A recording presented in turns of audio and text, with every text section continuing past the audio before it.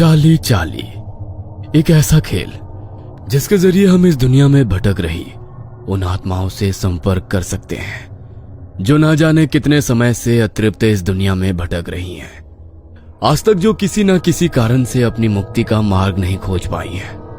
कुछ लोग महज इसे एक आम खेल समझते हैं, लेकिन कुछ लोगों की जिंदगी इस खेल के चंगुल में फंसकर बर्बाद हो चुकी है। आत्माएं, भूत, प्रेत, जिनके बारे में सुनकर भी इंसान को एक अलग सा डर का एहसास होने लगता है। लेकिन वही आत्माएं जब एक चुनौती बनकर इंसान के सामने आकर खड़ी हो जाए तो उसका अंजाम क्या होगा?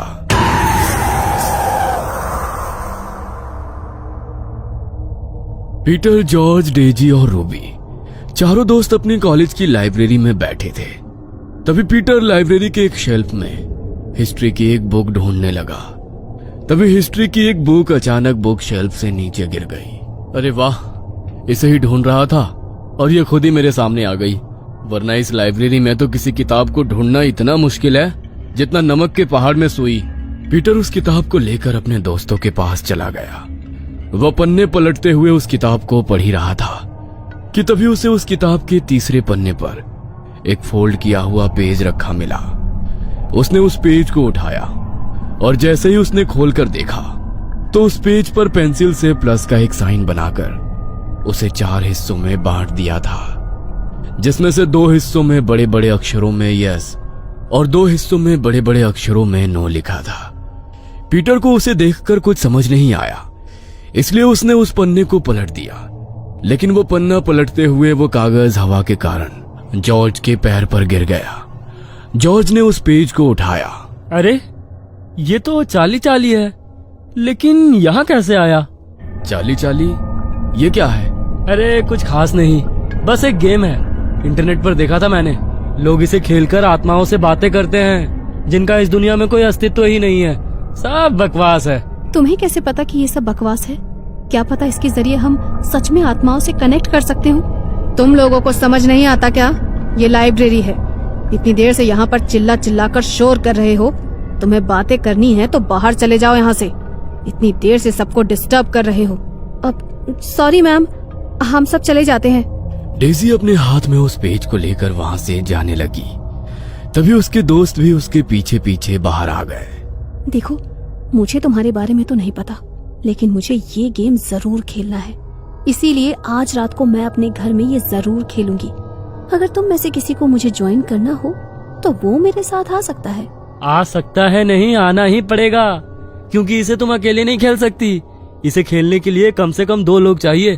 तुम चिंता मत करो, मैं तुम्हारे घर आ जाऊंगा। चाहो तो तुम दोनों भी आ सकते हो। अरे डोंट वरी, कोई आत्मा तुम्हें अपने साथ लेकर नहीं जाएगी। हाँ पता है, आ जाएंगे हम भी। सब लोग कॉलेज से अपने घर के लिए निकल गए। रात को घड़ी में जैसे ही 11 बजे तो डेजी के घर का गेट नॉक हुआ। उसने दरवाजा खोलकर देखा तो उसके दोस्त आ चुके थे। वो सबको अंदर लेकर आई। डेजी ने सभी के लिए स्नैक्स बनाकर रखे थे। उन्होंने स्नैक्स खाए और जॉर्ज ने अपने बैग से उसी पेपर को निकाला। खाना पीना बहुत हो गया, अब असली खेल शुरू करते हैं। डेजी, मुझे 2 पेंसिल दे दो प्लीज। डेजी ने जॉर्ज को 2 पेंसिल लाकर दी और जॉर्ज ने उन्हें पेपर पर बने प्लस के साइन पर रख दिया। देखो, अब मैं ये गेम शुरू करने वाला हूँ और चाहे कुछ भी हो जाए, लेकिन एक बार गेम स्टार्ट होने के बाद हमें एक दूसरे का हाथ नहीं छोड़ना है। जहाँ तक मैंने देखा और सुना है, अगर किसी ने भी ऐसा किया तो हमारे लिए बहुत मुश्किल हो सकती है। चलो सब एक दूसरे का हाथ पकड़ लो। जॉर्ज ने बीच में उस पेपर को रखा और वो सभी उस पन्ने के इर्द गिर्द एक गोल घेरा बनाकर बैठ गए। तभी जॉर्ज ने कहा, चाली चाली, क्या तुम यहाँ हो? जॉर्ज के ऐसा कहने पर उस पेज पर रखी पेंसिल में कोई हलचल नहीं हुई। तो जॉर्ज ने फिर से कहा, चाली चाली, क्या तुम यहाँ हो? इस बार भी जॉर्ज के ऐसा पूछने पर वहाँ कोई हलचल नहीं हुई। तभी रूबी ने उसका मजाक उड़ाते हुए कहा, कोई चार्ली नहीं है यहाँ पर। छोड़ो ये सब बकवास, मुझे बहुत नींद आ रही है। मैं तुम्हारे रूम में सोने जा रही हूँ डेजी। इससे पहले कि जॉर्ज उसे कुछ कहता, इससे पहले ही रूबी अपना हाथ छुड़ाकर उस गोल घेरे से बाहर जाने के लिए उठ गई। ये क्या बकवास किया तुमने? तुम्हें पता है ना ये कितना डेंजरस हो सकता है। हाथ क्यों छुड़ाया तुमने? अरे कुछ नहीं है यार, रिलैक्स कर। तुझे यकीन नहीं होता ना, तो देख अभी मैं करके दिखाती हूँ। चार्ली, चार्ली, क्या तुम यहाँ पर हो? देखा, कोई भी नहीं है। ओह शिट, कोई स्पिरिट है यहाँ पर। तुमने ये क्या किया रूबी? अब बैठो यहाँ पर, वरना बहुत बड़ी मुसीबत हो जाएगी। रूबी डर के मारे उस घेरे में फिर से उन सब के साथ जॉर्ज और डेजी का हाथ पकड़कर बैठ गई। तभी डेजी ने पूछा, चार्ली, चार्ली, क्या तुम हमें सुन सकते हो? डेजी के ऐसा पूछते ही वो पेंसिल फिर से बड़ी ही तेजी से घूमती हुई यस के साइन पर जाकर रुक गई। क्या तुम हमसे कोई मदद चाहते हो? इस पर तो नो का साइन आ रहा है। इसे हमारी मदद नहीं चाहिए, तो हमें इसे गुड बाय कहकर गेम खत्म कर देना चाहिए। नहीं डेजी, हम ऐसा नहीं कर सकते। जब तक ये आत्मा खुद यहाँ से जाने का फैसला ना कर ले, तब तक हम इसे यहाँ से नहीं भेज सकते। जॉर्ज के इतना कहते ही अचानक पीटर बुरी तरह कांपने लगा। उसका शरीर अचानक ही किसी मुर्दा इंसान की तरह अकड़ने लगा। ये पीटर को क्या हो गया? ये क्या किया तुम लोगों ने? देखो, अगर मेरे पीटर को कुछ हुआ ना, तो मैं तुम दोनों को नहीं छोड़ूंगी। तुम्हारा दिमाग खराब हो गया है क्या रूबी? हमने पीटर को थोड़ी ना कुछ किया है। देखो, हमें ये गेम खेलना होगा। पीटर थोड़ी देर बाद अपने आप ठीक हो जाएगा। जॉर्ज ने जैसे ही ऐसा कहा, वैसे ही पीटर की आंखें बिल्कुल सफेद होकर ऊपर को हो गई और वो रूबी की ओर देखते हुए बेहद भयानक तरीके से हंसने लगा।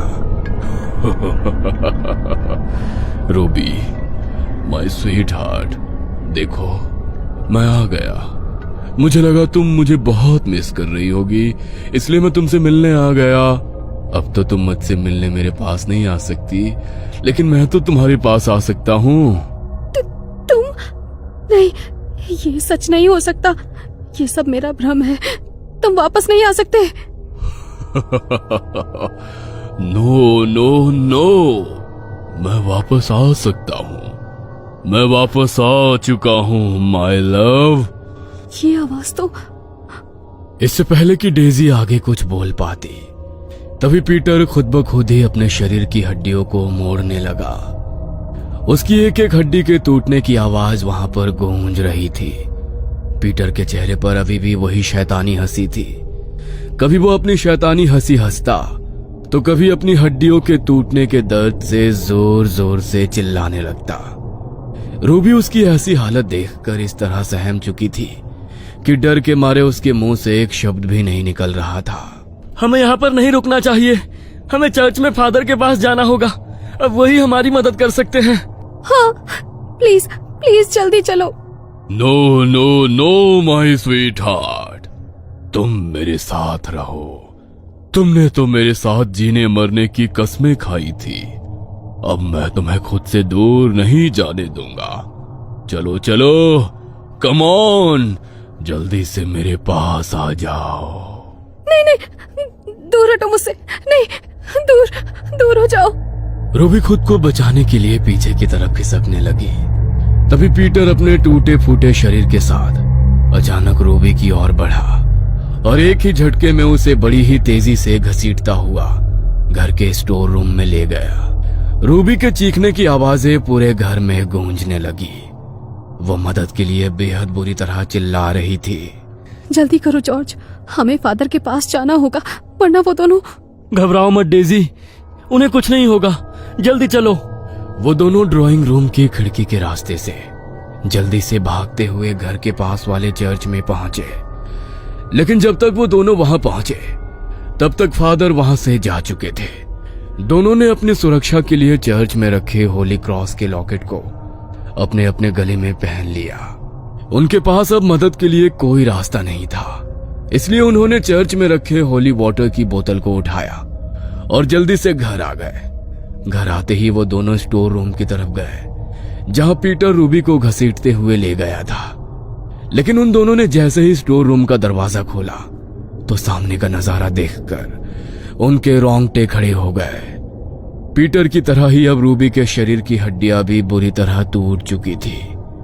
उसकी आंखों की पुतलियां भी अब पूरी तरह सफेद पड़ चुकी थी। जॉर्ज ने उन दोनों को हाथ लगाकर देखा तो दोनों ये दुनिया छोड़कर जा चुके थे। वो दोनों ही इस सदमे को बर्दाश्त नहीं कर पा रहे थे। जॉर्ज ने उनके घर वालों को इन्फॉर्म किया और अगले दिन उनकी डेड बॉडीज को कब्रिस्तान में दफन कर दिया गया। पुलिस ने भी इस मामले में अपनी इन्वेस्टिगेशन की, लेकिन पुलिस को भी उनकी मौत से जुड़ा कोई सुराग नहीं मिला। डेजी अपने बेडरूम में अपनी आंखों में आंसू लिए खड़ी हुई थी। उसकी आंखों के सामने दीवार पर एक तस्वीर टंगी हुई थी। आपने जैसा कहा था मैंने बिल्कुल वैसा ही किया। मैंने आपका बदला ले लिया भैया, ले लिया आपका बदला मैंने। दरअसल डेजी का बड़ा भाई स्टीव रूबी से बहुत प्यार करता था। वो उससे शादी करना चाहता था, लेकिन डेजी सिर्फ उसके पैसों के लिए उसके साथ थी। उसने स्टीव को बहुत बार बेवकूफ बनाकर उससे पैसे हड़पे और उन पैसों से वो अपने दूसरे बॉयफ्रेंड पीटर के साथ अय्याशियां करने लगी। पीटर रूबी के बारे में ये सब कुछ जानता था, लेकिन वो भी पैसों का भूखा था। रूबी ने स्टीव का बहुत फायदा उठाया, लेकिन एक दिन जब स्टीव को इस बारे में पता चला तो वो ये सब सह नहीं पाया और उसने अपनी जिंदगी को हमेशा के लिए खत्म कर दिया। अपने भाई के चले जाने के बाद डेजी बिल्कुल अकेली हो गई। उसके माता पिता तो उनके बचपन में ही उन्हें छोड़कर जा चुके थे और अब डेजी के सर से उसके भाई का साया भी छीन गया। डेजी लाख कोशिश करने के बाद भी ये समझ नहीं पा रही थी कि उसके भाई ने ऐसा क्यों किया। तभी एक दिन उसे अपने भाई के बिस्तर के नीचे एक डायरी मिली, जिसे उसने अपनी जान लेने से पहले लिखा था। अपने भाई की मौत की सच्चाई जानकर डेजी और ज्यादा टूट गई। उन दोनों से अपने भाई की मौत का बदला लेकर उसे अपना भाई वापस तो नहीं मिल सकता था, लेकिन अपने भाई की मौत का बदला लेकर उसने हमेशा के लिए अपने भाई की आत्मा को मुक्त जरूर कर दिया था।